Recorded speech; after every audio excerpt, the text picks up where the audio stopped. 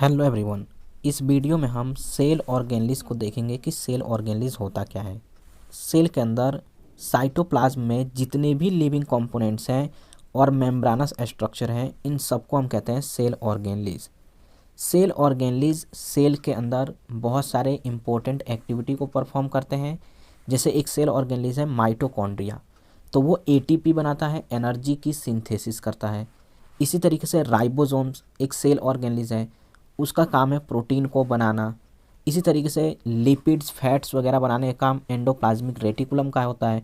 तो जितने भी सेल ऑर्गेनेलिस हैं, ये सब के सब सेल के अंदर एक स्पेसिफिक फंक्शन को परफॉर्म करते हैं। और सेल ऑर्गेनेलिस सभी यूकैरियोटिक सेल के अंदर पाया जाता है except mature RBC. Mature RBC के अंदर कोई भी सेल ऑर्गेनेलिस नहीं पाया जाता है। ये एक बहुत ही इंपॉर्टेंट क्वेश्चन है कि यूकैरियोटिक के कौन से सेल्स में सेल ऑर्गेनेलिस नहीं पाया जाता है, तो वो आंसर होगा मैच्योर आरबीसी।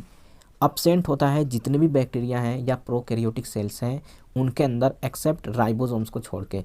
राइबोसोम्स एक सेल ऑर्गेनेलिस है, यही खाली पाया जाता है प्रोकैरियोटिक सेल्स के अंदर, नहीं तो प्रोकैरियोटिक सेल के अंदर जितने भी सेल ऑर्गेनेलिस हैं सब के सब अब्सेंट होते हैं। और राइबोसोम्स जो है ये एक ऐसा सेल ऑर्गेनेलिस है जो मेम्ब्रेन लेस होता है और सबसे छोटा सेल ऑर्गेनेलिस है और दुनिया के सभी सेल्स में पाया जाएगा, चाहे वो यूकैरियोट्स हो चाहे प्रोकैरियोट्स हो।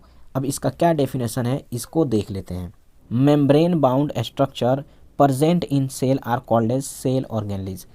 अब हम देखते हैं कि सिंगल मेम्ब्रेन ऑर्गेनेलिस कौन कौन से हैं। तो single membrane organelles endoplasmic reticulum है, गोल्जाई बॉडीज या गोल्जाई apparatus कई बार इसको कहते हैं, वैक्यूल है और लाइजोसोम्स हैं। ये चार ऐसे सेल ऑर्गेनेलिस हैं जो सिंगल मेम्ब्रानस होता है, मतलब इनके ऊपर एक ही मेम्ब्रेन प्रेजेंट होगा। कुछ सेल ऑर्गेनेलिस के पास डबल मेम्ब्रेन होता है, जैसे माइटोकॉन्ड्रिया, प्लास्टिड और न्यूक्लियस। इनके पास डबल मेम्ब्रेन होता है, इनको हम कहते हैं डबल मेम्ब्रानस सेल ऑर्गेनेलिस। माइटोकॉन्ड्रिया और प्लास्टिड्स ऐसे सेल ऑर्गेनेलिस हैं जिनके पास अपना खुद का जेनेटिक मटेरियल होता है, मतलब इनके पास अपना डीएनए, आरएनए, क्रोमोसोम्स और राइबोसोम्स प्रेजेंट होगा। इसीलिए माइटोकॉन्ड्रिया और प्लास्टिड्स को हम सेमी ऑटोनोमस सेल्स के नाम से भी जानते हैं। और ये इम्पोर्टेंट है, अक्सर एग्जाम में यहाँ से क्वेश्चन पूछा जाता है कि कौन सा सेल ऑर्गेनेलिस है जिसके पास अपनी खुद की जेनेटिक मटेरियल प्रेजेंट होती है, तो माइटोकॉन्ड्रिया या प्लास्टिड्स है। प्लास्टिड जनरली तीन प्रकार के होते हैं, क्लोरोप्लास्ट, क्रोमोप्लास्ट और ल्यूकोप्लास्ट। तो कई बार प्लास्टिड ना लिख के क्लोरोप्लास्ट लिखता है, तो क्लोरोप्लास्ट हुआ प्लास्टिड का हिस्सा, इसीलिए क्लोरोप्लास्ट अगर ऑप्शन में होगा तो वो भी सही होगा। और न्यूक्लियस जो है सबसे बड़ा सेल ऑर्गेनेलिस है सेल के अंदर। उसके बाद आप देखते हैं कि कुछ ऐसे भी सेल ऑर्गेनेलिस हैं जो कि जिनके पास मेम्ब्रेन नहीं होता, मेम्ब्रेन लेस होते हैं। तो मेम्ब्रेन लेस में एक है राइबोसोम्स और एक है सेंट्रोसोम या सेंट्रियोल।